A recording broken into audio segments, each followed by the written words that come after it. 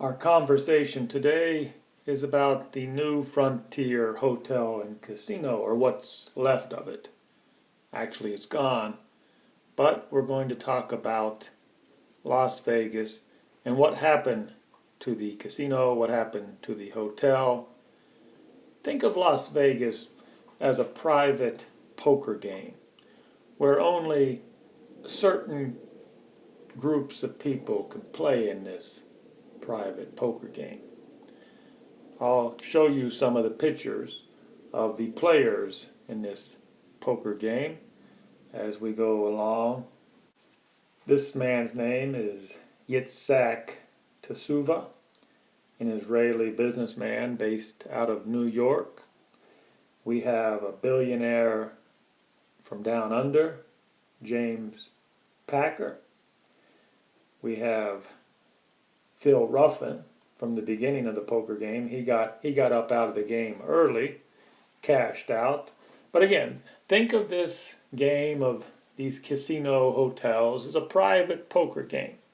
So James Packer from down under, he also kind of got caught up in a corruption case. He's looking to become a citizen of Israel. Yes, for more than one reason. Obviously, the tax benefits are a good reason to become a citizen of Israel, but there are other reasons. So, okay, but I don't want to get off track. We are talking about what was the New Frontier Hotel and Casino. Now, in 2007, Phil Ruffin owned the place. There he is on the left, good friends with Donald Trump, Steve Wynn, other players in this private poker game. But anyhow, Phil Ruffin sold the New Frontier to El Properties. That would be Yitzhak Tshuva.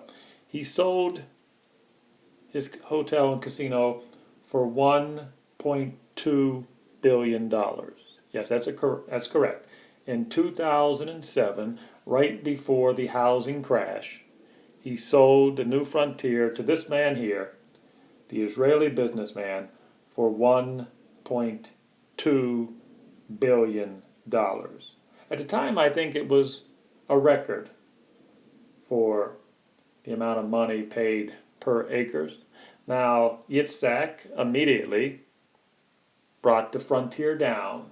Yeah, there was no reason to keep it up. I mean, he let the 1,000 employees go, so 1,000 employees lost their jobs, and the Frontier came down. This is what it looked like from that time on, just an empty lot right beside Donald Trump's tower. Now we're talking about, give or take, it's about 35 acres, give or take a half acre here or there. It's 35 acres. Now, Yitzhak gave up on the property, and he sold it to James Packer in 2014 for $260 million. That's right. The billionaire from down under, James Packer, paid $260 million for the property. He bought it from Yitzhak. And the reason why we're talking about this story today is it was announced yesterday that James Packer is also giving up on the Las Vegas casino and hotel business, and he sold the property to Steve Wynn. So it's been announced that Steve Wynn will now buy the property. The deal is expected to close early 2018. He's going to pay $336 million for the property.